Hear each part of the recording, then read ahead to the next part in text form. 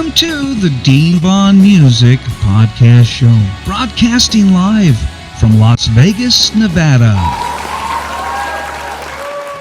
Steven, how are you doing this evening? Actually, I'm doing great. It's hot like crazy outside, and we got the curtains closed, but got great lighting, so we're good. About 93 degrees outside. And it's 111 out here in Las Vegas. Oh my gosh, yeah, but you guys have that all the time. Well, yeah, we live up in the Pacific Northwest where it snows in the winter. I'm glad you could make it, and you showed up early. I appreciate that, so we can have a little chat. And we actually had a pretty good conversation. I said, save it for the interview because we're going to talk. We want the audience to hear the stories as well. And we were going back and forth with the old band and Rick Fox and the new band and Jakey Lee. We were telling stories, but I kind of just want to introduce you real quick to everyone, and I'll let you take it from there. Everyone, this is Steven St. James, and he's done a lot, and he came all the way from Motown into the legendary rock and roll band Rough Cutt, but he's done a lot in between, so I'll let him fill in the gaps. But say hi to the audience, and here you go. Good evening, everybody. Thanks for tuning in. I hope you enjoy the evening. We ought to make this fun, and look forward to answering questions if they come up. So, and please ask questions, everyone. Get in the chat room there, and tell your friends to chime in too as well. And actually, the commercial, just so you know, Steven, it got a lot of attention. I think over 93 views for a commercial is a lot. Normally, I just get 20 or 30. Yeah, so somebody out there wants to see you. Hear your. Might be my friends. I got literally an MTV tribute band that I work with right now, a cover band. Yeah. And I posted this link there, so I got a lot of. Oh, good. Just got a lot of responses there, and then on my personal Facebook, I got a lot of responses there as well. Good. So. Because we're going to play some music tonight. We're going to play a little video on The Black Rose, which you co-wrote, which is a great song. I've been watching that video and playing some of your music, and they're going to go all the way back, to your Motown days. So I'm just going to kind of start the whole thing off with, going back. First of all, to your childhood. How did you even get involved with music? Was your parents influential, or just tell me that story? How you even got into music? Absolutely. I grew up in Southern. Well, I told you I was born in Bronx, New York, but that's right. We moved real. My parents didn't want us growing up in Bronx, rough place. So we moved to Los Angeles, and from downtown Los Angeles, which wasn't that much better, just another big city. My dad and my mom moved to another place called Carson. Well, we got there in the 60s, and Carson was actually a nice place. We went to church, very Pentecostal, lot of music, a lot of singing. So my two sisters, they're both older, both really good singers. So they would do duets in church, and what happened was that they're saying, well, Steven, I think by now, maybe I was 6, 7, 8 years old, and they said, he sings good, he just tends to inherently know harmonies.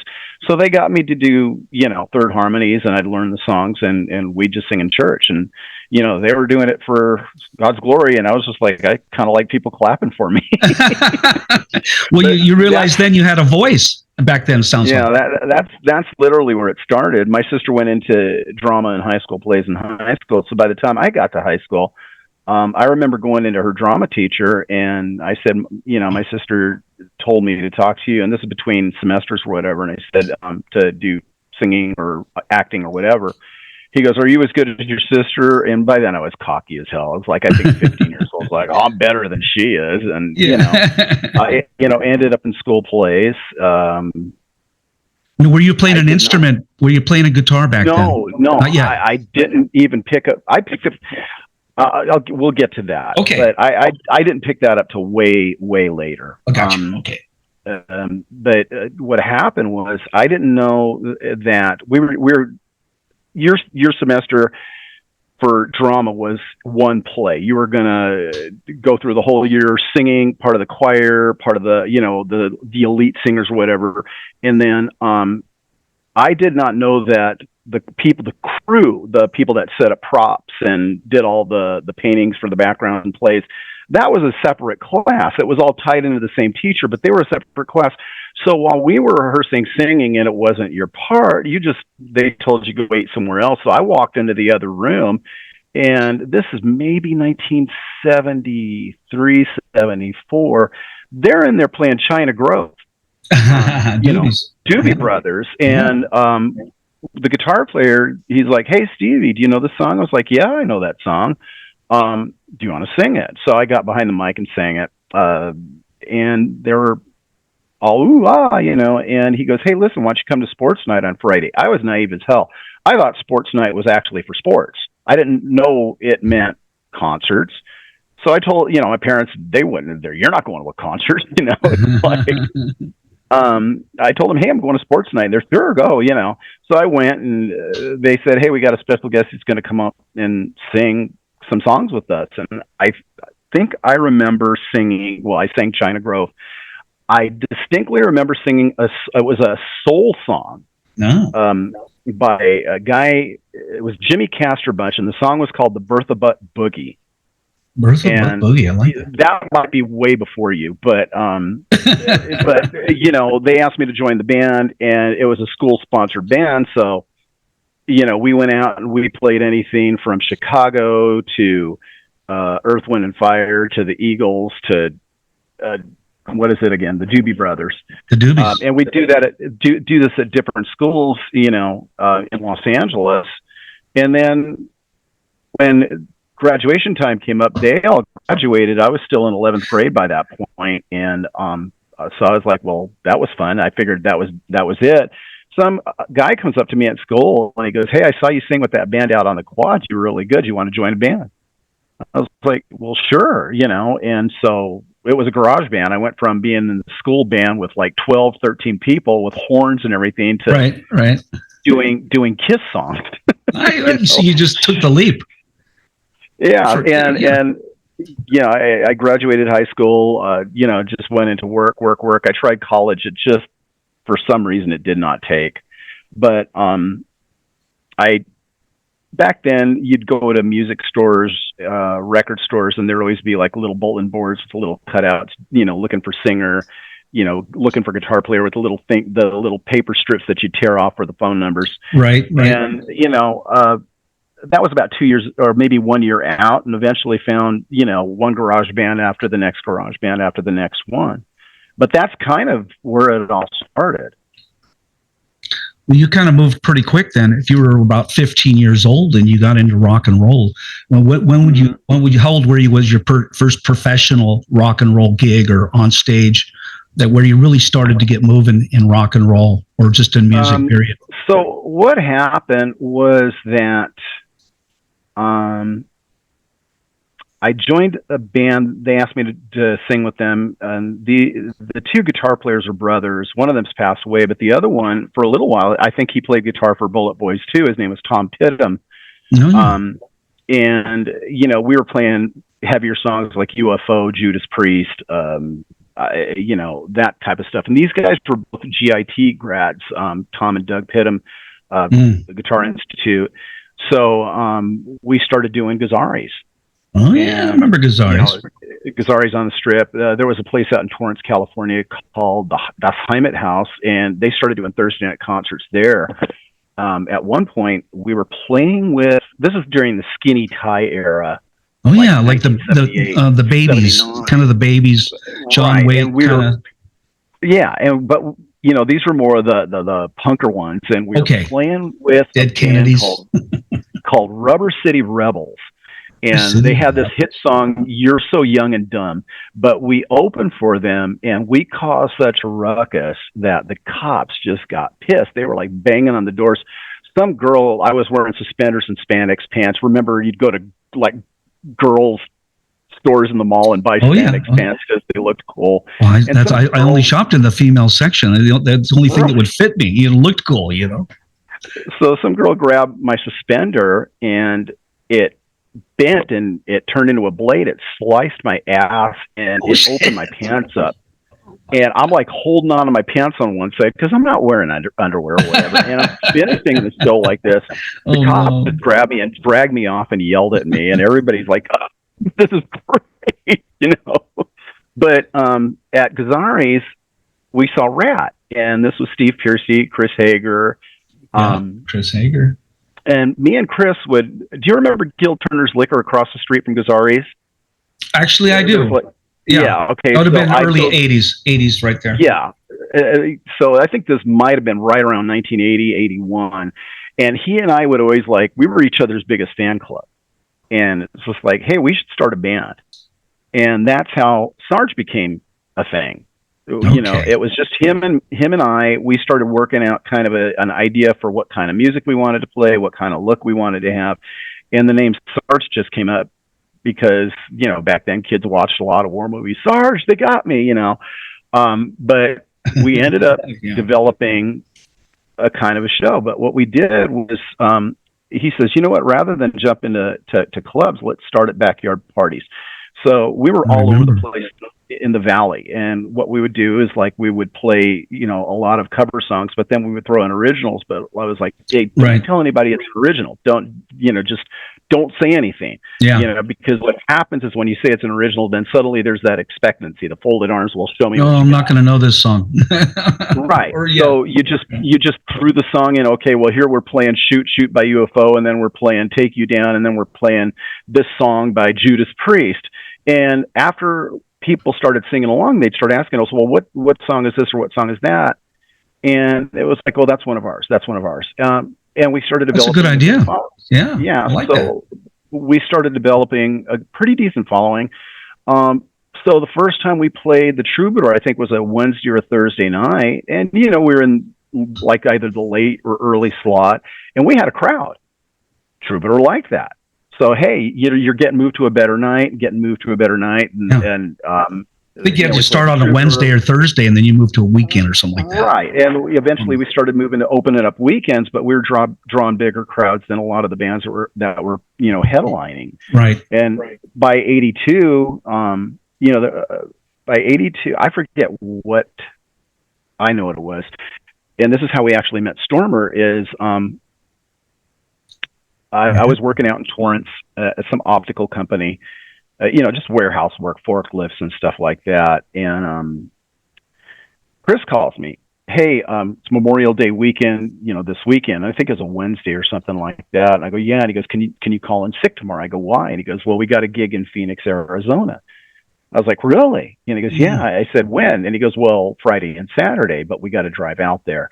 So that's great. Are we the only band? He goes, no, we're playing with Stormer. We already knew Stormer. You know, we'd seen him before, and, you know, we're kind of friends with each other and whatever. Yeah. So we packed up all our stuff and we took off to Arizona, and we played with Stormer. 2 nights turned into 3 nights. What happened was that the club told us, hey, you know, we'd like you guys to stay on an extra night.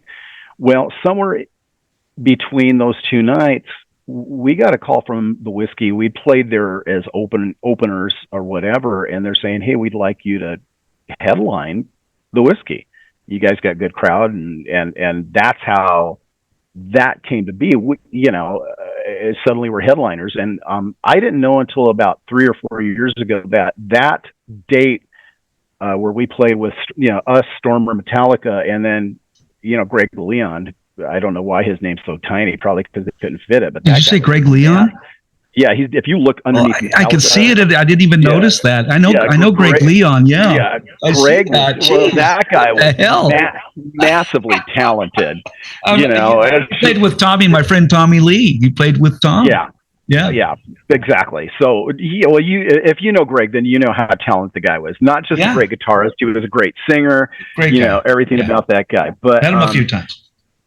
We were doing an interview across the street, and that's how that photo came to be. Because there's, besides that photo, there's a black and white picture of us across the street.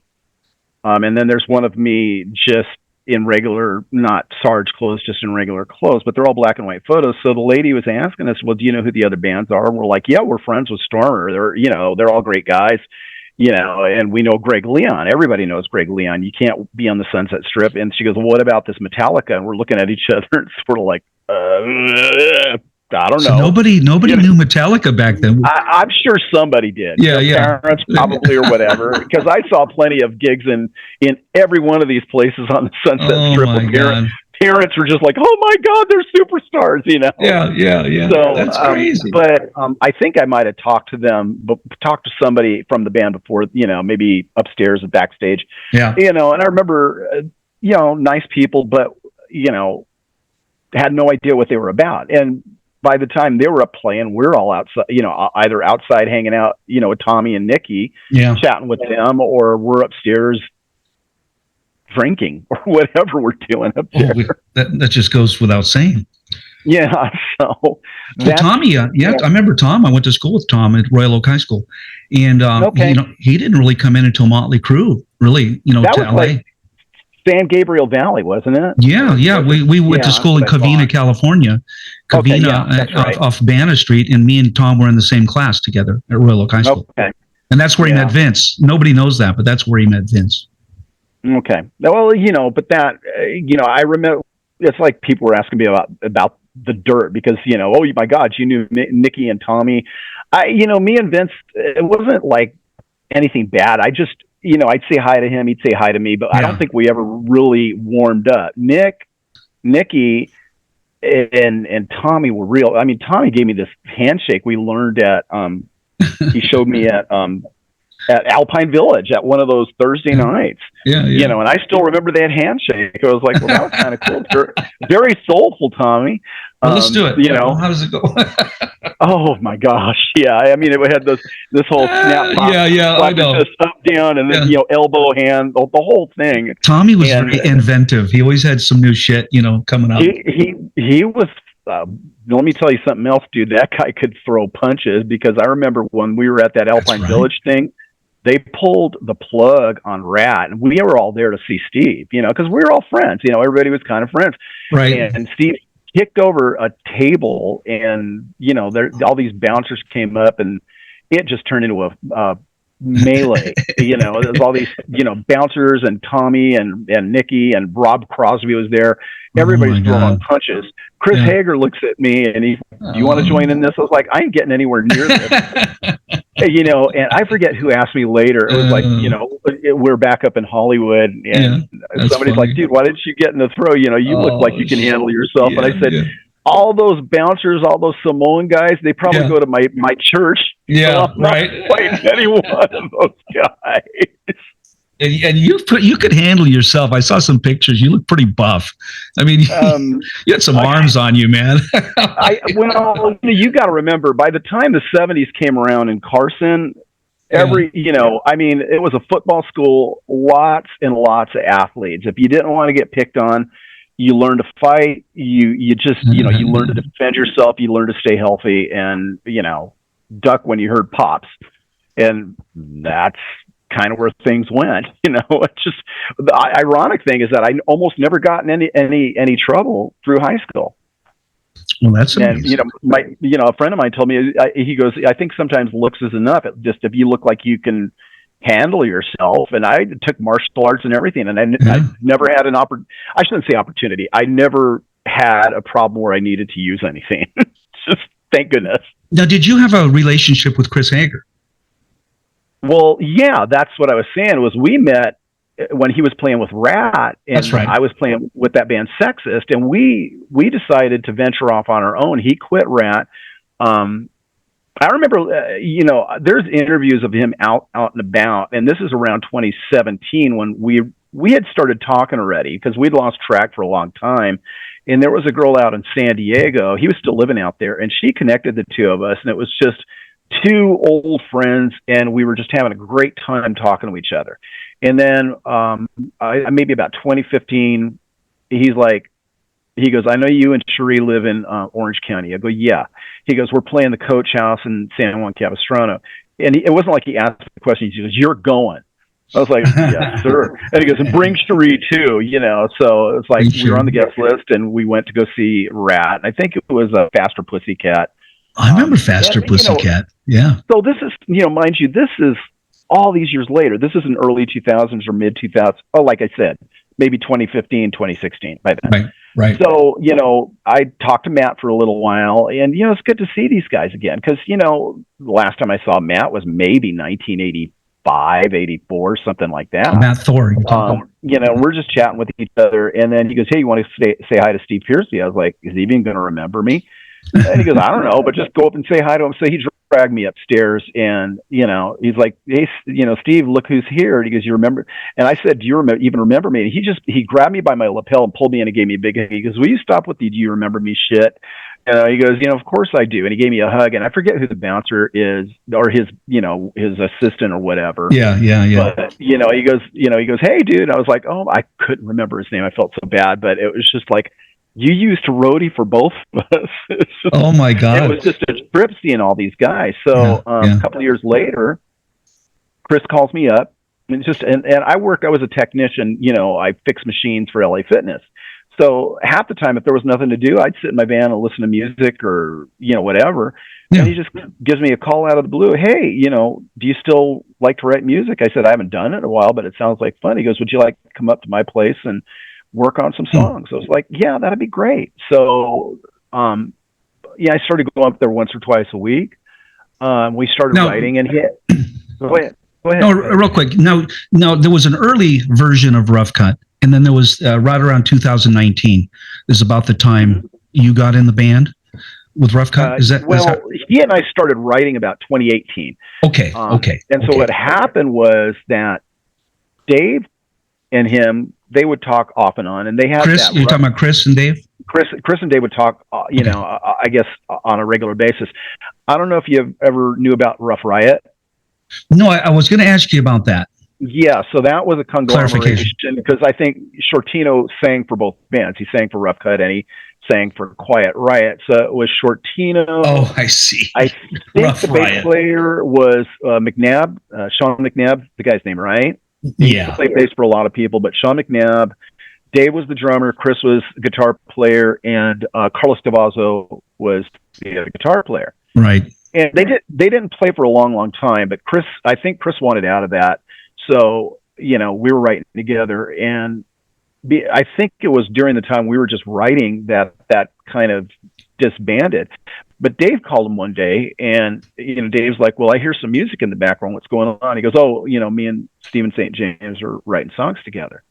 "Well, man, I'm coming over. I want to say hi to Steve," and Chris is like, "No, you don't have to." And it's like, no, I'll see you guys in a few. And I'll see you. And about 20 minutes later, there's Dave at the door, gives me a big hug. And I was like, "Man, I haven't seen you in a million years." Because we were never in a band together, but we were friends. We'd see each other all the time. There was a point that, he's like, "Man, Steve, me and you should start a band together. I talked to Jakey Lee. He said he'd do it in a hot second. We could get Matt to play bass," and it was just all these old conversations where people always said, "Wouldn't it be great if?" It never came to fruition. Yeah. Right. But Dave was just that kind of guy. You talk to him. He's very enthusiastic. Oh, he was a great interview. It was a fun interview. Yeah, well, the guy's hysterical. He's hilarious. But, it was just that kind of thing where, he wanted in on the songwriting. And we were talking about getting gigs. And he goes, "Well, guys, trying to start up a new thing and trying to get a record out or anything like that's going to be a pain in the ass. We're going to start from ground zero." He goes, "Nobody's using Rough Cutt. Why don't we just do that?" And, "Do you want to do this?" And I'm like, "Look, you guys, you make a decision, just make a decision. I'll follow you, with whatever." So I think we started the LLC, and we made it like Rough Cutt LLC or something like that. So we had the legal rights to the name, and we just started writing under Rough Cutt, but that helped us kind of get some attention. And I think the first show that we did out was up in Portland. That's how I was telling you I met Pariah and Kevin. That's right. But we did a show with LA Guns. Oh, I remember LA Guns. That was at Bossa Nova Ballroom. And I got to say hi to Tommy. Nice dude, super nice guy. And then it's funny because what's his name? Ace, the other guitar player, right? Ace Von Johnson, I think, right? I think that's his name. Yeah. Yeah. And it was, it's funny because you think you're talking rock and roll, and he and I are talking about rescuing dogs, and, he's just like, oh my God. He goes, because he was saying, do you live in California? I said, yeah, but we're moving up to Idaho in a few years, because we had planned that for a long, long time. And I said, my wife's family, they're on 320 acre ranch. And, ultimately, I believe that's going to be our place. We're about 3 miles away from it now because we wanted to have our own place, and our mother-in-law lives over there, but we still work the fields and whatever. Sheree, likes to use the bobcat and get out and mow the lawn. There you go. I always wanted to do that. Have an open field, do some farming and stuff like that. Oh, there's a lot of woodlands. It was hysterical because the first year I was there, we had already known that our neighbor across the street was also the doctor for that area. And he rolled up to me on a quad. And he's, hey, Steve, because, again, we knew each other. I was like, hey, what's going on? He goes, where's your sidearm? I go, where's your sidearm? In the house. And he goes, look, you're not in Huntington Beach anymore. And I was like, yeah. Well, sir. And he goes, you anti-gun? I said, no, it's not like that at all. He said, it's not that. It's just, I'm just not used to it. And he goes, you've been down to the local market in St. Mary's? I go, yeah. And he goes, what do you see? I said, a lot of people with sidearms, just walking around the market shopping, and everybody's, it's like open carry cowboy movie. Well, yeah, it's an open carry state. He goes, but he goes, it's not a big deal if you're not down there wearing it. He goes, but up here, he goes, there's wild animals outside. And, so I started wearing it. And I remember just one day we're walking our dog, and we're coming to a corner where there's high grass, and then there's alfalfa on the other side. Both of these were about 3 feet high. They hadn't been tended to yet. And we're talking to each other, and all of a sudden I see these two black fuzzy ears, and I go, is that a bear? And it hurt me, and it stood up. We were about 15 feet away from each other, and I swear, if the bear could talk, it did the same thing I did. It was like, whoa. The bear is just hauling ass toward this pond and through this tree line, because there's a lot of woodland up there. And I'm just standing there with this big grin on my face, and my wife was pissed at me. She's like, listen, next time, could you at least put your hand on your effing gun so I know you're going to protect us? And I'm like, look, bear. It's a bear. We're just start running. But, that's life up here. We were driving home from a gig about a month ago, and I was like, is that a deer crossing the road? And I was like, no, it's too low. And there goes a mountain lion. It was just looking at us. And it runs across the road and up a hill, and boom, it's gone. It's like, this is one of those places where you see animals that you can only see in a zoo if you live in a city. And they're out in the open. No, I love it. I love the openness. I live out here in Nevada. I'm away from the city right here. I'm up in Henderson, by Boulder City. Okay. I know right where you are. I'm against the foothills right there. In fact, one of my last guitar player in California, he grew up in Ely. Okay, Ely's nice. Yeah, great fishing up there, hunting. Yeah, he talked about that too, because he was talking about running into moose way up there. And that place, I mean, the elevation up there is like 6,000 feet. Yeah, 6,000. I got elk. They got my neighbor just came back with a 600-pounder. It's hanging on his wall. Him and his son go shooting elk. Well, I'll tell you, if we connect after this is over, I got to show you some videos of the property. We were going to the shop. It's one of those big, huge Quonset huts. It's behind the house. Nice. And we hear this crackle, crackle, crackle. And we stop and we look, and maybe 15 feet away from us on the other side of the fence, these elk are just walking past the shop. They're like maybe 10, 15 feet away. They're not looking at us. We stopped counting at about 200. It was crazy. It was absolutely crazy. Well, we have say hi to the audience. We got some people in the chat room, and we are taking call-ins tonight to talk to Steven. We're going to be showing a video tonight. It's some Black Rose, I'm sorry. And Steven had a hand writing that song, and we're going to play the video tonight. It kind of shows off his performance and his powerful voice. And with his permission, I might show some of the old early Motown stuff later, but that's going to be up to Steven, because it's some pretty funny stuff. And I kind of wanted to get into the conversation, like, how did you get into that? I'm sure we'll get there. But I would like to play this video. They love to hear music, Steven. We're in the first quarter of the interview. And if you don't mind, I would like to play it. Not at all. Go ahead. All right. Let me rewind it real quick, because I'm sitting here listening to it. And this is Steven St. James with Rough Cutt. and he co-wrote on this song. It's Black Rose, one of their big hits. And you can find it. You can find all his music out there. Love the music, by the way. Thank you. It's just great stuff. Your voice is just incredible. I appreciate that. Thank you. And I'm a singer, so I'm very critical.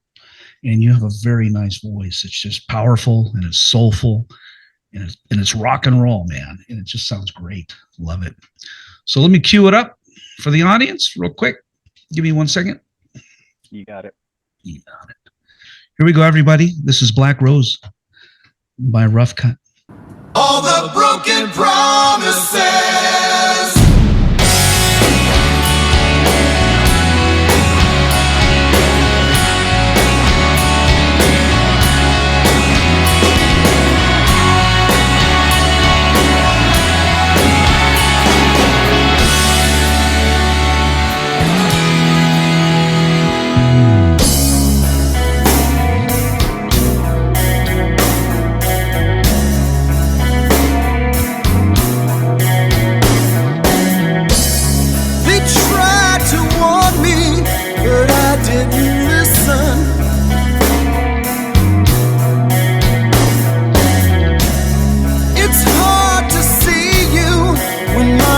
Are glistening.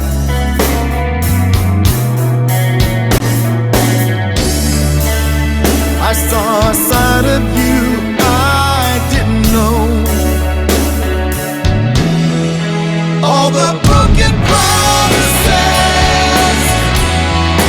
all the dark secrets that you keep, all the falling stars.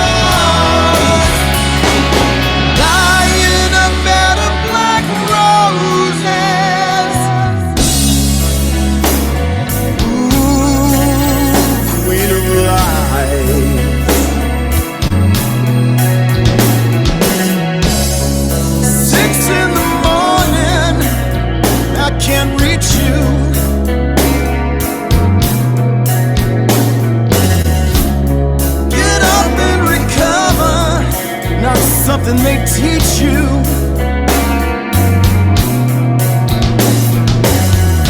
I saw a side of you I didn't know. I didn't know. Holding on loosely and then you go. All the broken promises, all the dark secrets that you keep, all the falling stars, dying a bed of black roses, all the cups and losses, enough to make the angels weep. All the thoughts and lies, dying a bed of black roses.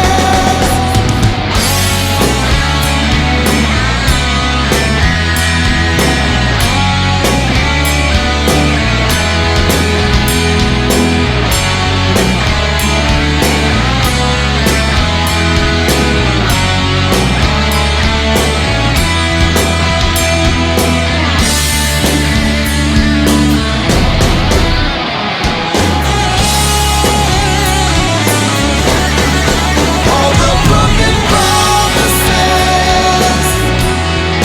all the dark secrets that you keep, all the falling stars, dying a bed of black roses, all the cuts and losses, enough to make the angels weep. All the web of lies, dying a bed of black roses. They say roses are red, violets are blue, but my roses are black, and I'm never coming back to you.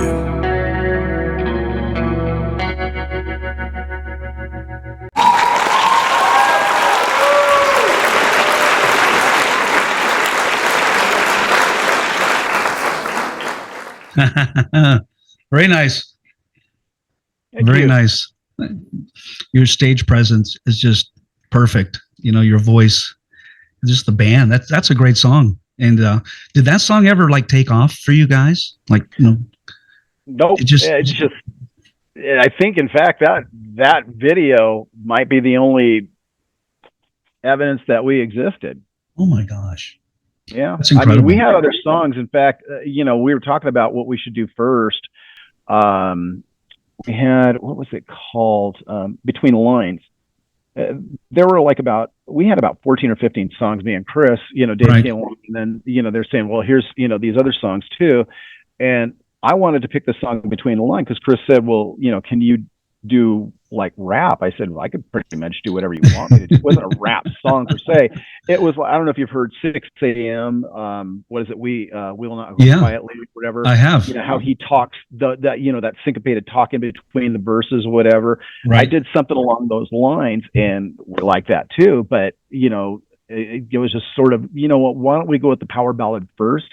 Just a lot more melodic, and a lot of times you go with a power ballad, and everybody's ooh ah, But I know that Chris had health issues. Obviously, we lost him last Right. May, Right. and it just. The bass player Jeff Buhner, great guy. He had his band Loyal Order at the time. Okay. Him and I don't know if you know Brandon Cook of Black. Brandon Cook plays guitar for Black and Blue. Right. But Right. they had Loyal Order, and they were getting like huge play on their music. And then the other guitarist, I don't know if you know Darren Householder. He played for Love Hate. That's the other guitar player in the video. Right. Right. He ran a business out of Burbank, and I just think everybody had other commitments, and we just could not. Yeah. I It don't seems think anybody can get away with like going out on any long extended tours or finishing up an album or whatever. It kind of seems like Rough Cutt has been under this cloud, this almost like a plague, it's been what do you call it? All the way from the beginning, they should have been very successful. You should have broke through that right in there with Dio, Poison, all the bands that were making it at the time. Right. What do you think happened? Or why do you think that happened? Or is it just because of the change in band members? Everybody went to Ozzy. Let's see, Jakey Lee was in there. And you had I think Craig Goldie for a while. Yep, Goldie, and then Amir. Yeah, Amir. Yeah, Well, Walsh Amir King. was. Yeah, I mean, so here's the thing. I remember that we were really starting to roll. We had a producer come out, and he was like starting to record us out at Van Nuys, and we had a studio, and all of this was, we're talking spec time. We're going to make a record, and this is going to be the next big thing. The producer, I guess he was he was the engineer and then later produced for Kansas. Okay. Brad Aaron, and he was always, I mean, he's a great guy, but super smart. He knew how to get the best out of us. And then just one day I get a call. There was a band that opened for us at the Troubadour.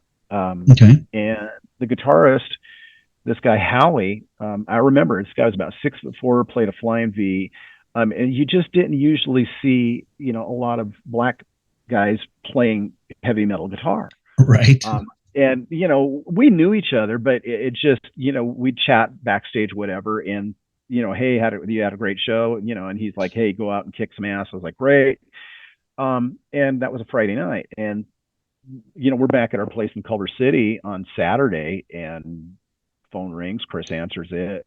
He's, hey, what's going on? He's chatting. He's, hey, Steve, it's for you. And I grab the phone. Hey, hello. And he's like, hey, this is Howie. It's Howie Rice. He goes, yeah. He goes, do you like Motown? I was like, oh, I grew up in Carson, and of course, it's par for the course, and so he goes, well, they want to meet you. I was like, who wants to meet me? Well, Motown guys want to meet you. Well, how old? Now, real quick, how old were you when this happened? Because I'm just. I think I was about 23 years old. So you're fairly young. Okay. Yeah. So here's what happens is I go in. I think they were looking for somebody to fit a particular image because I never sang a note. I didn't audition. It was just like, he's perfect. He's in. And that was it. It's based on your looks. yeah. So and suddenly there's contracts being shoved at you. And this all happened really fast. I just kind of got bulldozed into this whole thing. I had to tell the guys, hey, listen, I can't do this anymore.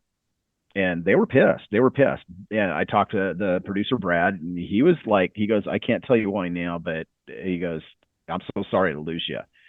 So they got another singer, and they were going to do their first show at the Troubadour with the new guy. They were pissed at me, but I still went to go support. I'm not pissed like we never want to see you again. It was just, right. I think we were rolling, we were getting ready to jump off, but didn't happen. Right.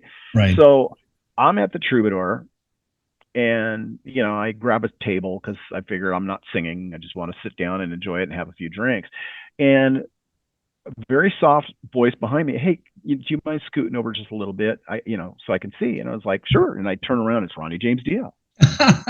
Right. And I was like, oh wow, hello. And he goes, hi. I said, my name's Steven. He goes, I'm Ronnie. I was like, I know who you are. And we shook hands. And he goes, do you know the band? I said, well, I used to sing for them. And he goes, used to? I said, well, I said, I got signed to Motown Records a little while ago, and this is their first gig with the new singer. And he goes, oh, I came to see you too. It's like, wasn't like there was an internet that I could say, hey, everybody, I got signed to Motown. But I said, but listen, just hang around because they're very good. Ultimately, and we chatted for a while. Everybody says, "Oh my gosh, Ronnie James Dio is very nice." Well, he was. We chatted for a while, and he told me at that point, he goes, "So Motown, huh?" And I go, "Yeah." And he goes, "I was in a doo-wop band when I was younger." I had no idea, because the first time I ever heard him was "Man on a Silver Mountain." Right. And I still haven't heard the doo-wop stuff. I know it's out there. I haven't heard it. You're talking about Ronnie James Dio doing doo-wop. Right. Yeah. Right. Yeah. And I mean, you could find it. Like if you put Ronnie James Dio doo-wop on YouTube or something, some of those songs will come up. Wow. It's just out there. So it was just interesting for me to talk to the guy, but he still picked Matt and Chris from Sarge, and they ended up in Rough Cutt. What happened to him along the way, I have no idea by that time, because I was busy. I was working with with Motown. We were writing the songs for a long time, right? And this is like 1983, about, I don't know, maybe halfway through or even 3/4 of the way through 1983. I mean, and we're up in the 25th floor of First Interstate Bank. Motown was actually that First Interstate Bank on Sunset and Vine. And they had like the top 8 floors. So I was kind of secluded at that point. And, I remember maybe late 1983, KMET was doing one of the local licks things. I remember KMET, KLOS, KMET. Well, do you remember that they would do like local licks, unsigned acts, that sort of thing? I think both basement tapes. And one of the bands was Rough Cutt. Oh, that's right. I remember that. And the opening song that they did was Taker. I lived in North Hollywood by this time, and I remember they were saying they're coming up. I hauled ass to get home so I could throw this on my stereo. And I remember hearing Taker, and I was just like, holy crap, these guys are so good. And then the other one was Queen of something that never made it to that. I don't think it made it to either of those albums, but it wasn't, I can't remember what it was. It was Queen of Deception or something like that. I actually have two the early videos queued up, and I was seeing if they were the same songs. Yeah. But did you know Rough Cutt way back when they first started in the 80s, early 80s? Were you involved at all? No. Okay. I'd run into Paul Shortino. Like I said, I run into him a handful of times. Okay. I think he was another East Coast guy, very funny, but very nice. In fact, I had never even heard him sing until I heard that KMET thing, and I was like, God, this guy's got serious pipes. Did you know you'd be singing? Did you know you'd be singing with him someday? Had no idea. That was just that. When you think about it, that was like almost 40 years later that Chris called me. So, yeah, I pretty much thought I was just doing cover bands and tribute bands at that point. Gotcha. Well, you did a hell of a job, and you're covering you had to fill in some pretty heavy shoes there. with Shortino. You know, I mean, Absolutely. I was listening to the early Rough Cut songs just before you got on, and I'm like, wow, he's got a great voice. Shortino. I remember when this all started, we had just released, you know, on video the Black Rose, and I got a call from Ron Keel, and I was at work. I was just like, Ron. you know, but you know, he said, hey, do you mind doing an interview? I was like, no, it's like good to talk to you, because I knew Ron. Yeah. You know, I think, again, like you said earlier, everybody knew everybody. So we were doing an interview, and he mentioned, he goes, I hope this isn't awkward. He goes, you know, because Paul Shortino is one of my very best friends. I was like, no, it's not awkward at all. I said, you know, I don't, you know, and he asked me about that. I told him, I said, and the same thing I told you, I didn't really know Paul. I didn't know him. Right. We'd see each other and, hey, how are you? It was that kind of thing. But when you know, and I told Ron the same thing that I just told you, is when I heard them on KMET, I turned on my stereo full blast. Yeah. One, I was happy for my old guys, Chris and Matt. I was thrilled for those guys. Right. And secondly, I think this was produced by Tom Allum, who was hot on Judas Priest at the time, and it just sounded magnificent. Jakey Lee was Jakey Lee playing at the time? No. He didn't play on either of the albums. That was just the core guys. Okay. It was Gotcha. Yeah, Chris and Amir were the two guitar players on both those albums. All right. I'm kind of looking at the bio, trying to draw a timeline here. Yeah, I think Jake was prior to that. He was prior to them getting signed. Gotcha. And they were with Warner Brothers back in the day. Yeah, right. With Jakey, and then he went to Ozzy and Amir, and then Julian, Paul Shortino, Quiet Riot, Craig Goldie, and Claudia Chenille with Dio. Yeah, I think it's Claude Schnell. Schnell? I think it's Schnell, because that's what I heard that name come up in other interviews with Chris and Dave. I didn't, you know, I don't think I knew who Claude was, but I knew Craig Goldie. My eyes are getting bad. You know, I'm getting old. Hey, I'm a senior citizen. When I hit 50, I needed glasses, and I think I need to higher power glasses. Yeah, the only thing that keeps me going now is seeing Rick Springfield at 76, looking how he is, and I was like, going, that you know guy. what? That is my new inspiration right there. Isn't that incredible? Yeah, he's out there with Keith Urban, and they're rocking it, man. Him and Keith. Yeah. I mean, you know, is he 76? 76 is what I saw on social media. Damn, he looks good. He's like right there with Sammy Hagar, man. Sammy Hagar was 79 or something. Yeah, but Sammy Hagar ain't got Rick Springfield's body. I saw Rick Springfield right in 2022. We saw him in God off. We saw him in Vegas. We saw him in Fremont Street. Okay. And you were mentioning John Waite. We saw him with John Waite, and the other band was it Men at Work? Funny. And it was like, how did they stick Men at Work in the middle? That didn't even fit the other two. Yeah. And, you know, and it was funny because Men at Work, I knew every single song that they did. I knew every single song that John Waite did. Oh, well, it was a trip because it was just, what's his name? Yeah. Colin Hay or whatever his name was. Yeah. And it was like, he must, you know, when he introduced the rest of his band, it was like, what did he do? Invade Cuba? Because they were all from they were from Mariel and Cuba. San Jose. It was all Cuban people in his band. Oh, funny. But you know, they were tight. They were really tight. Well, Fremont Street, there's just a mix out there, so you never know what you're. Oh yeah, right. That's funny. Right, exactly. So you know, we were just hanging out there with friends, sweating our balls off. But man, we had a great time listening to music. And of course, Rick Springfield takes his shirt off. I was like, okay, that's what I want to do. Yeah, at 76. Are you kidding me? Yep, absolutely. I got to stop drinking beer if I want to look like that at 76, man. You know. But listen, real quick, I want to announce the phone number so people can call in and talk to Steven St. James, and you can ask him anything you want. And I think within reason. Within reason. So the phone number to call into the show is 669-444-9171, and that's in the USA.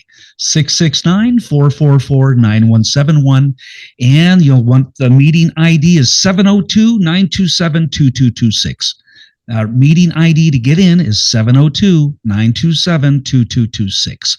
Give us a call, and we're going to keep the lines open for you during the rest of the interview. But I put the number in the chat, so if you go to the YouTube page, you'll see it in there.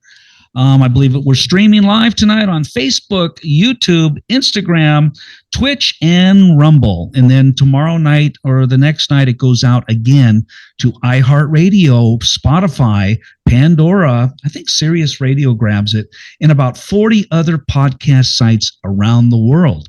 So I think this show gets to about 104 countries, Steve.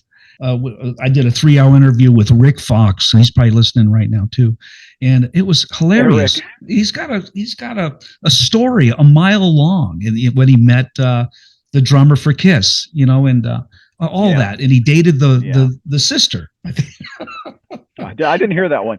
Like I said, it's just he was always, for me, it was just being out in Santa Monica Boulevard in front of the Troubadour. Right. I could talk to that guy for hours. He was a fun person.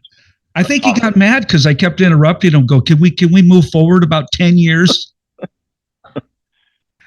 Now let's talk a little bit about. I know you touched on the Motown scene, and you did a pretty. Well, back in the day, I remember seeing MTV and some of those videos. In fact, I mentioned it to Lois, and she was a DJ at a club in California, and she goes, "I think I remember that band." And so kind of introduce it. Tell me a little bit about this video I'm about to play, if you allow me to, and just to kind of let people know where you were back then, and then you came forward to Rough Cutt.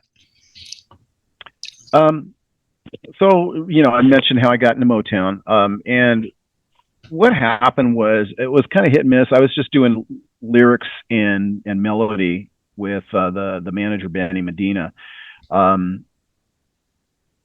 So we were upstairs like all hours, you know what I mean? It was like 2 a.m. we're working on songs. And the only one that had the forethought to ask about the contract was this guy that got me in, Howie Rice.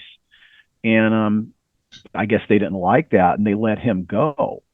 And, he went on to win a couple of Grammys. He produced Neutron Dance for the Beverly Hills Cop soundtrack. Oh, okay. Sisters. Yeah. And he also produced Menudo when Little Ricky Martin was in the band. And my God. I don't remember what the other guy was, but he did okay.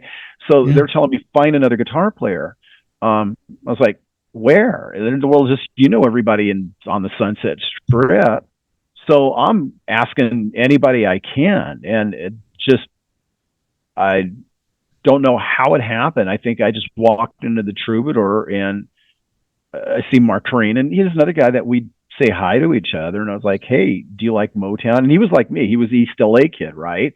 Right. So, Carson wasn't that much different than East LA. So we both grew up on that kind of music. And he's like, "I'm interested."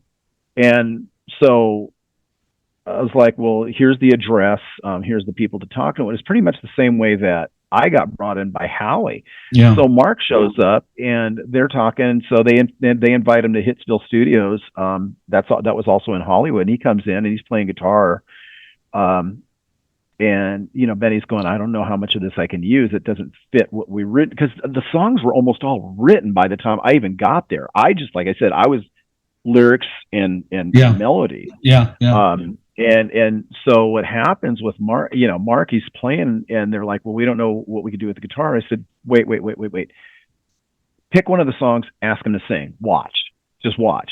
And so I think they did, because there's 2 songs on that album that he sings. One's called Emotions, and then the other one's called At 15. And at 15 ended up becoming, I think that was the single. Even though the video, it was the title cut, Dirty Rats. At 15, I remember watching a Dodger baseball game, and they would have musical segues going into commercials. Right. And I hear At 15 as the segue in and out of the commercials. And so Mark sang that, and they're going, this guy, and here's the funny thing is it sounded nothing.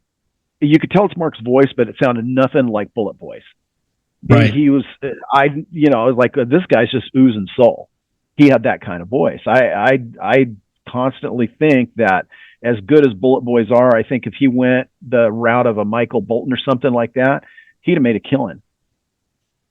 Interesting. He was that good. I think we all kind of knew we had something there. But we're sitting, like I said, me and Benny are writing melodies up in the room, and he gets a call, and He goes, yeah, come on up. I'll buzz you in. And knock on the door, and the door opens up, and Michael Jackson walks in, and he's hi, Benny, and you know, they hug each other because I guess they grew up together. And he goes, this is my new superstar, Steven St. James. Wow. He's, hey, it's nice to meet you. We shake hands, and he says, hey, can I see what you guys are working on? We show him the lyrics, play him a little bit of the music, and they talk for a little while, and then, you know, 5 minutes later, it's, hey, it's nice to see you guys, Steve. It's good to meet you. Good luck. You know, hope everything goes well, and off he goes.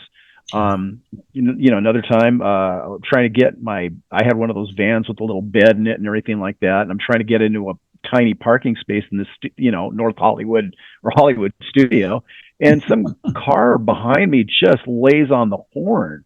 So I flip the bird out the window and I see some guy jump out, and he's got one of those crochet knit caps on. I'm like, I'm not getting cold cocked in my car. So I jump out too, right.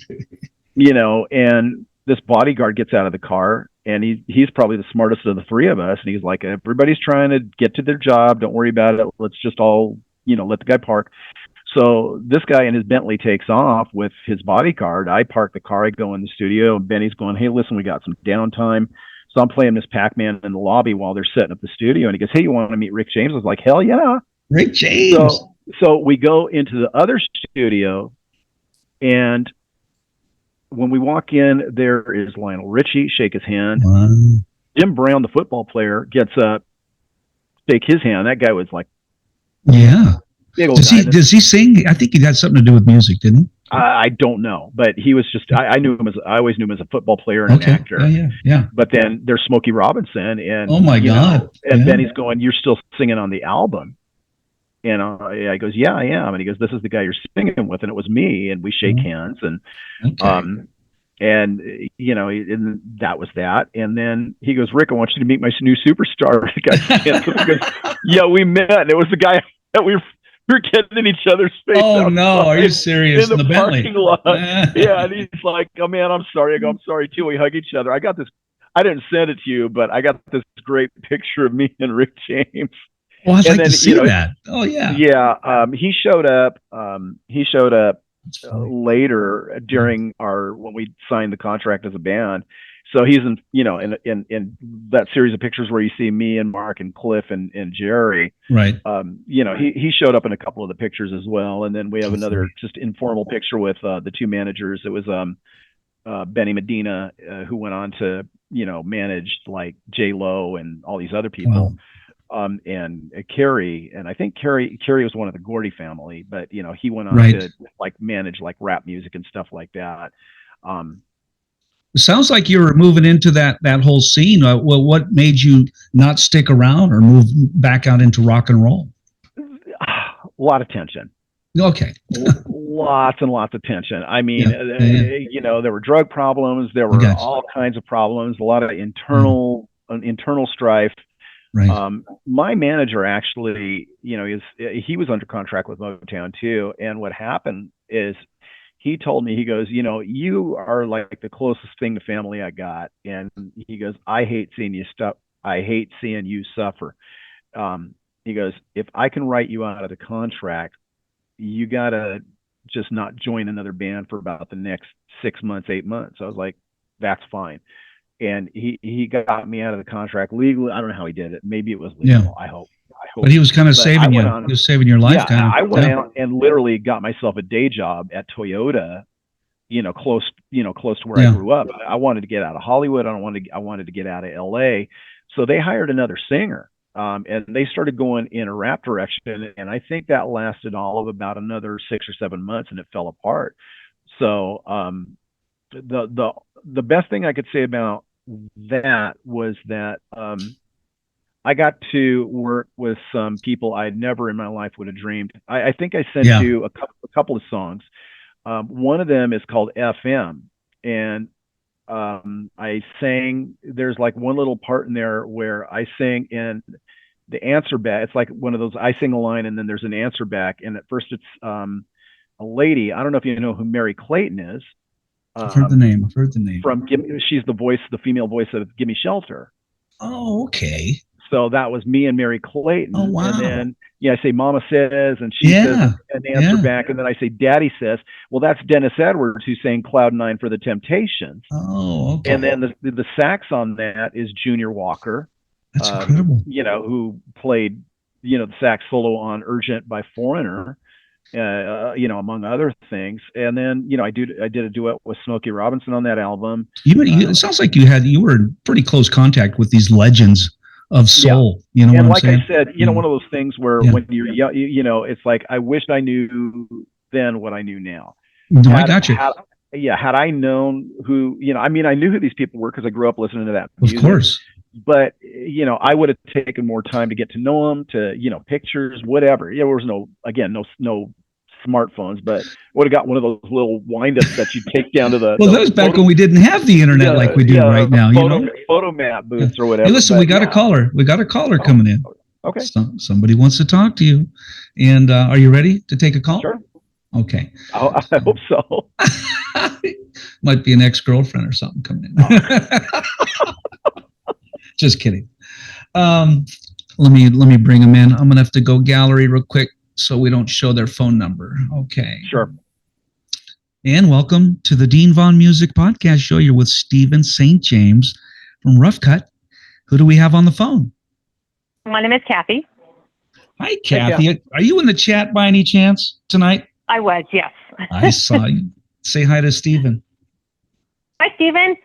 Hey, Kathy. How you doing? I'm doing well. How are you? I'm very good. Thank you. Good. Hey, we love watching you locally in Gigawatt, but I'm just wondering. Yes. And I wish you would come to North Spokane a little more. But anyway, we're just wondering, are you still writing music? And if so, will we be able to hear any of your originals? You know what? I have been just, if you're familiar with where I live in North Idaho, I live in Harrison. It's just, yes.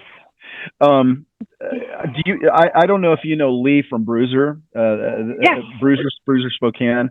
Yep. He had made a joke to me, or he had posted something that I think his day job is a realtor. He had posted stuff that every house needs, and I wrote him. I said, Lee, I don't need that. And he goes, yeah, but you live in the boonies. And I laughed. I told him, I said, I wanted to come up with some witty answer, and then I said, but then I realized, oh shit, he's right. We do live in the boonies. Hey, so do I. We live up north of Deer Park. Okay.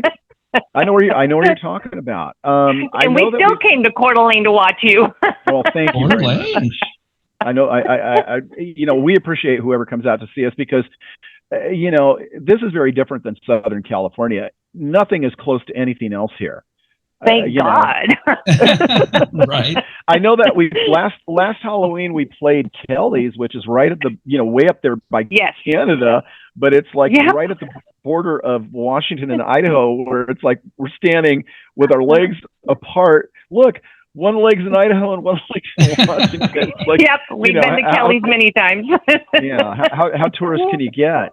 But yeah, I have, I'd come up with some stuff. It's just finding, I don't know if you know that Matt Smith is our guitarist now. Okay. But, is one of those guys that I thought, well, this is somebody that I would talk to about maybe working on studio stuff, because I know he knows his stuff. And I think I would be comfortable with that because I had very specific ideas of what I wanted to do. We had played at Fizzy Mulligan's, and I'm sure you know where that is. And that was we've seen you there. Yeah, one of the first weekends that we were there, I had, I think, about 4 different people ask me if I'd record with them. And I was saying, well, what kind of music do you guys do? And they were like, well, we're metal. And all 4 of them were metal. I said, listen, if I'm going to do any recording, I don't want to do metal. I said, I could sing rock, I said, but I said, the stuff that I'm writing would be more what you would call adult, AOR, adult oriented rock. Like we were talking about Rick Springfield, like more pop type of stuff, or even more R&B influenced music, because that's what I grew. I was doing gospel and R&B well before I was doing rock and roll. Mm-hmm. It's funny how many singers start that way. Yeah, you're absolutely right, because a lot of the histories I've read or heard in interviews, they sound almost exactly the same. It's just, but don't do metal. Metal's too hard on your voice. Well, if you've heard me sing with Gigawatt, you know the kind of music I sing, and I'm sure you know my voice. But I lean more toward that kind of singing. I like stretching it and Steve Perry. I could do that guy. So that's the kind of stuff I'm looking at. And even I think about it. When I was listening to Steve Perry's history. His favorite singer was Sam Cooke, and Sam Cooke was just one of these blues guys from back in the 50s. And I thought, what an amazing singer to pattern yourself after. Yeah, and when you listen to him, you could really hear the influence from Sam Cooke's voice. Right. Anything else? Because it's great talking. No, I don't think so. I think I saw that you guys are going to be downtown soon. Yeah, we are. At the winery? I think 2 weeks. It's the 14th. We're at Barrister. Yeah, we're at 2 weeks. Barrister. Okay, and we're going to try to see you there. Fun places to play. Yeah. Well, they're all fun places to play. Well, thank you for taking the time to chat with me. Kathy, it's been great watching it's been great watching the podcast. It's awesome. Kathy, thank you for chiming in tonight. You also win the coveted Dean Von Music podcast mug. And it has Steven. Can you see a picture of it right now? I can't. Oh, wait. Hang on. No, that's your microphone. I see it. I do see it on the TV. I do. We have it on TV and big screen. It's basically the cover of the show with Steven's picture on it. It's a beautiful 11. It's a coffee mug. I'm going to send it out to you, but can you do me a favor and send me your address? Sure will. Okay, thank you for calling in. Thank you. Anything else, Kathy, before you go? No, that'll do it. Keep up the good work. Thank you very much. Take care, Kathy. All right. Bye-bye. Awesome. That was awesome. That was fun. Gigawatt. Is it Gigawatt? Yes. I forgot to mention it, and I didn't know if you wanted to talk too much about that. This is what, a cover band you're in? Yeah. We call it an MTV tribute because all we do is like all the big hits from MTV. Okay. Money for Nothing, Journey, bunch of Journey songs. I don't know, Cutting Crew. I mean, it's REM. Tears for Fears. You're singing some pretty challenging stuff. You're doing Steve Perry. Yeah, they realized they're like, wait, you could. We did Girl Can't Help It. Oh, because everybody in the band sings. Yeah. And they're, well, wait, you could sing that? I said, well, yeah, and they're okay. So they threw in like 6. Wow. Journey songs. Yeah. One of them that wasn't an MTV song was Starship's Jane. Oh my God, said, Mickey Thomas. Now that's a challenge, one of my favorite songs as a singer. Yeah, and it was like funny because they'd always throw it in the 4th set. I was like, why do you guys throw that in the 4th set when I've already sang like 30 or 40 songs? Oh, what a great song. But yeah. I don't, that whole Ken Tamplin Vocal Academy, I use that. And I tell the other guys, you should do this backstage with me. You should do the warm-up. Yeah. Now, did you have any formal vocal training? I just have to pop that in. I had, oh my gosh, I can't even remember her name. I had, when I was very young, I had a lady that was doing piano, I just on her piano. And then later at church, but I'll tell you where I got most of that little 5'5" vocal teacher that scared the hell out of me was assigned to me at Motown. Okay. And that was that one human that I was just afraid to be in the room with because she was just mean.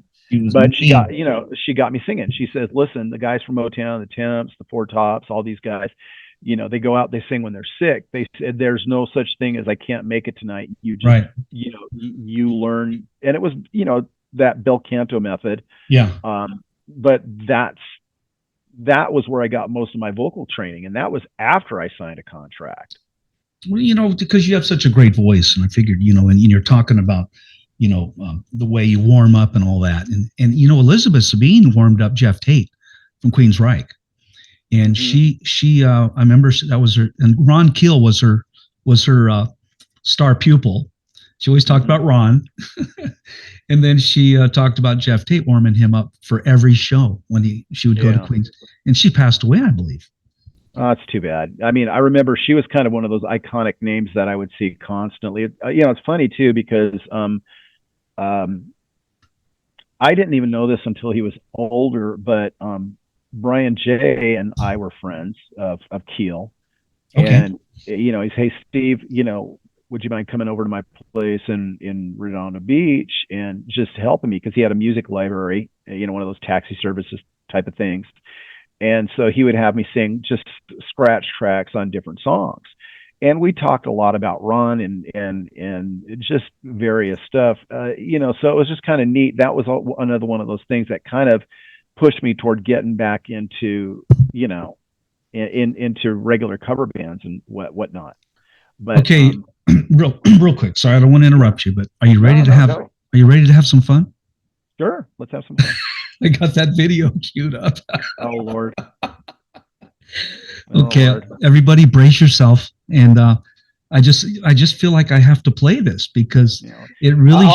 I'll just go with this. Wasn't my idea. Okay, hold on. Let me set the parameters, and let's everybody. This is Steven St. James, but this is what's the name of the band again, real quick? It was Kagny and the Dirty Rats. Again, that was Benny's idea. Kagny and the Dirty Rats. There was no Kagny, and I guess we were just the Dirty Rats. Crank it up.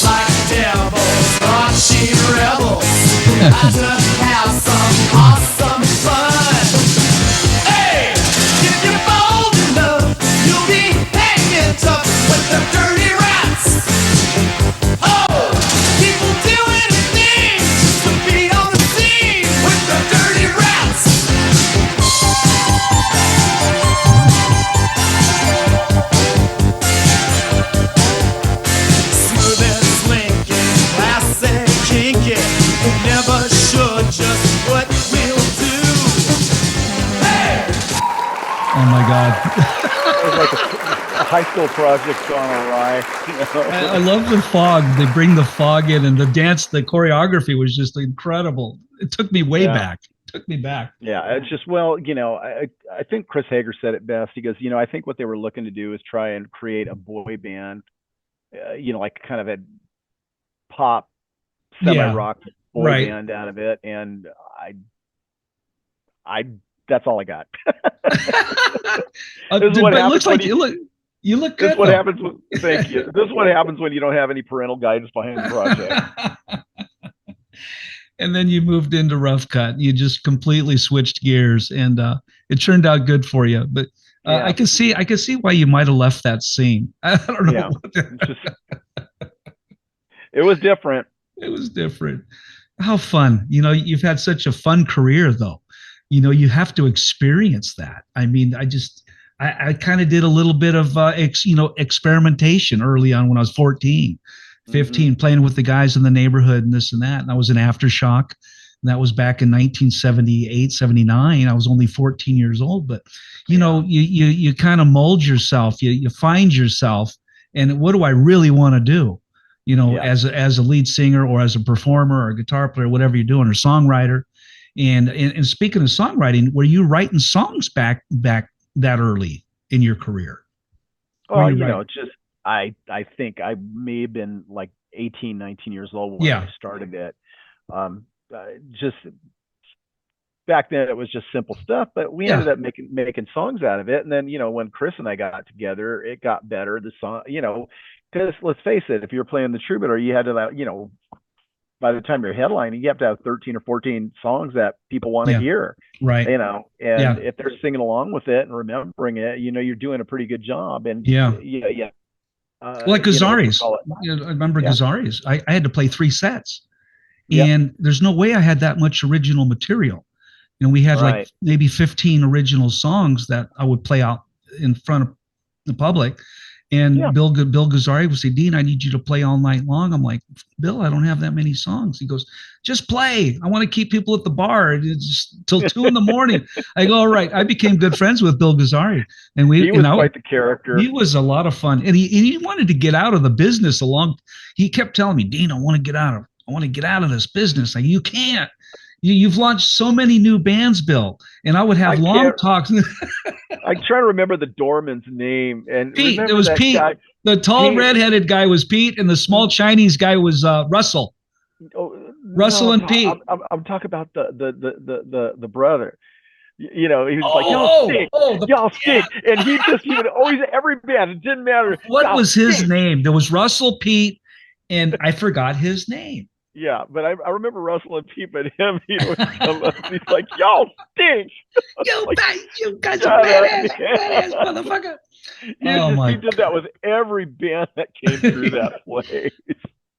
Oh, I hated to see that whole team go down there and became some other club, the Glee Club or whatever it's called. Yeah, I know. It's rough. From what I understand, the whole Sunset Strip scene is disappearing into some mega hotel or something like that. Oh my God. It's just, I remember when it became another club, I go, I don't even want to go.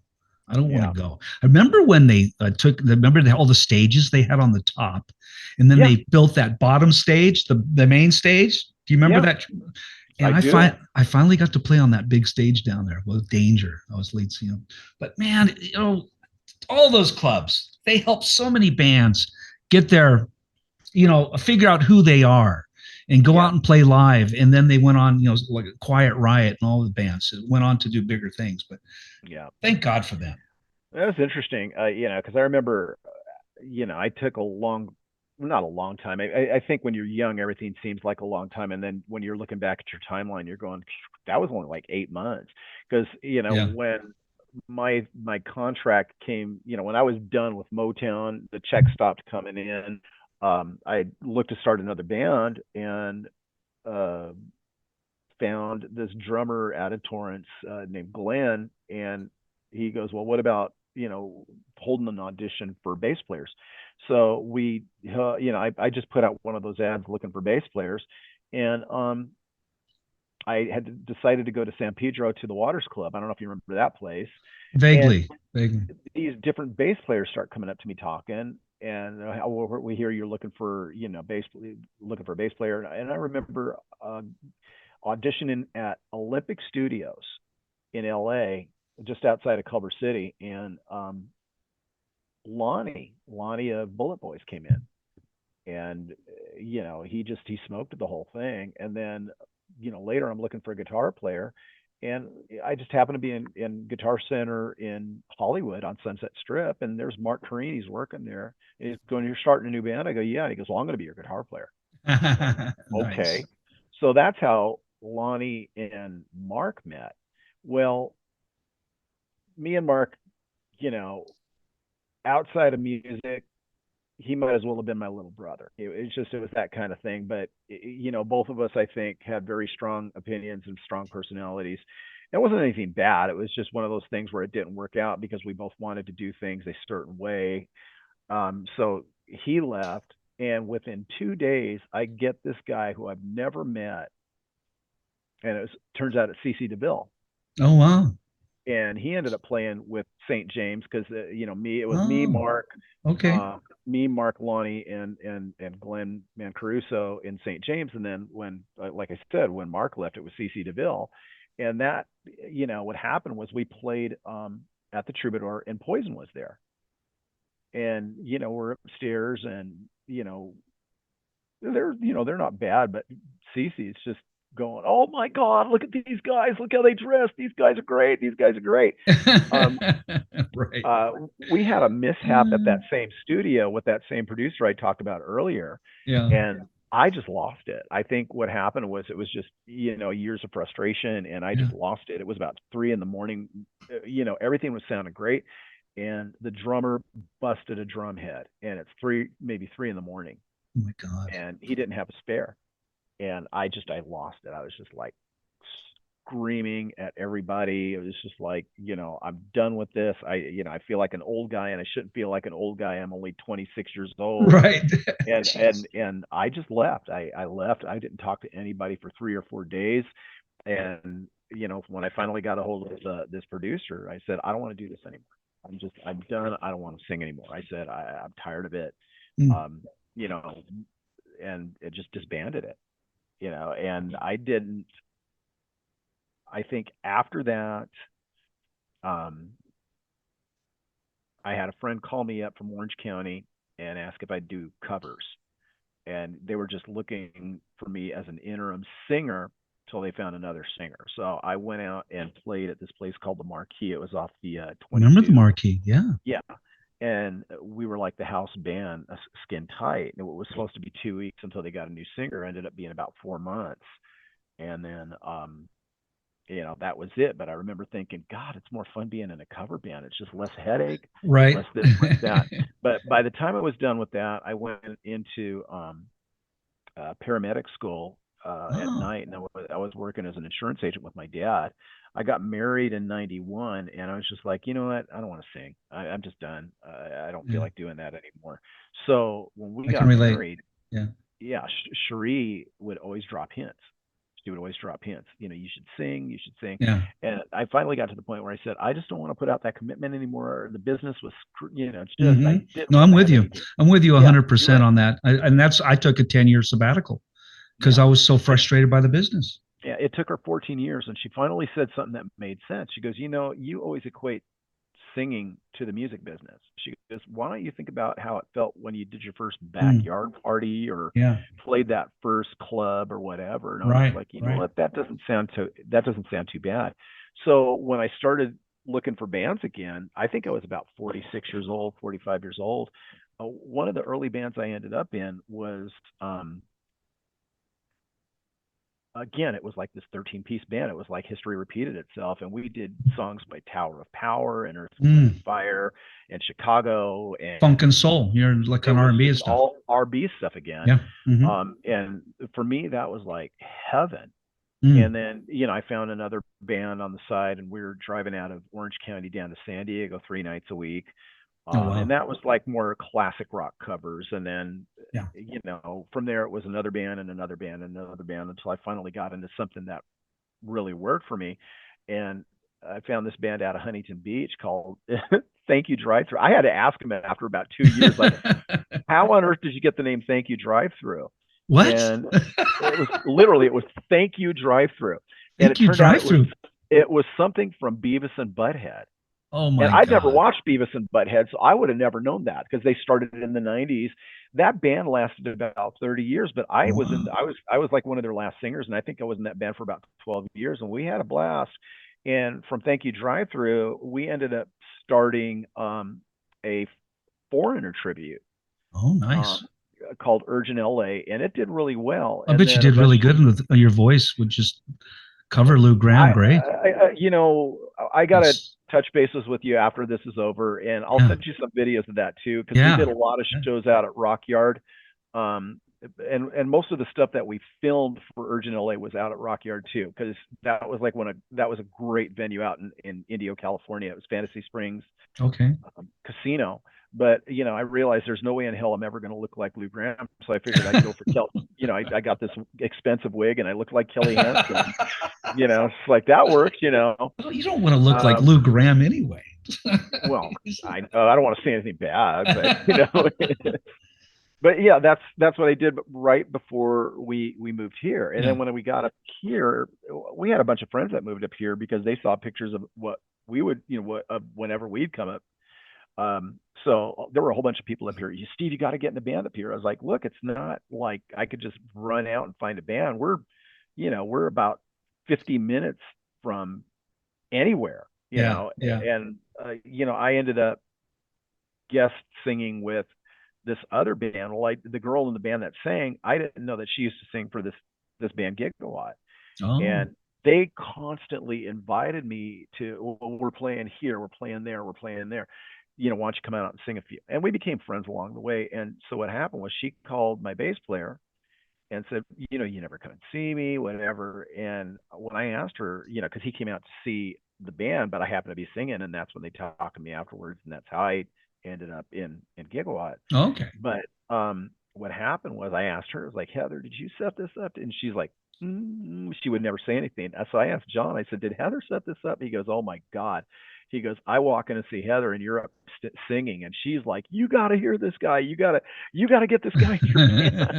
And, it worked out. They're all older guys like me, and they're all serious. I mean, serious, but not like, oh my God, this is ridiculous. It's just, we put a lot of money into the show. We have a ton of lighting. We have like these big trestles behind us with, computer monitor screens showing all of this 80s regalia while we're playing, like, cool. Record covers from the 80s and little scenes from movies from the 80s, and just, news events, who won and it'll say like 1980, 1981, 1982, and it'll show all of these events from that particular time. Are you the only singer in Gigawatt?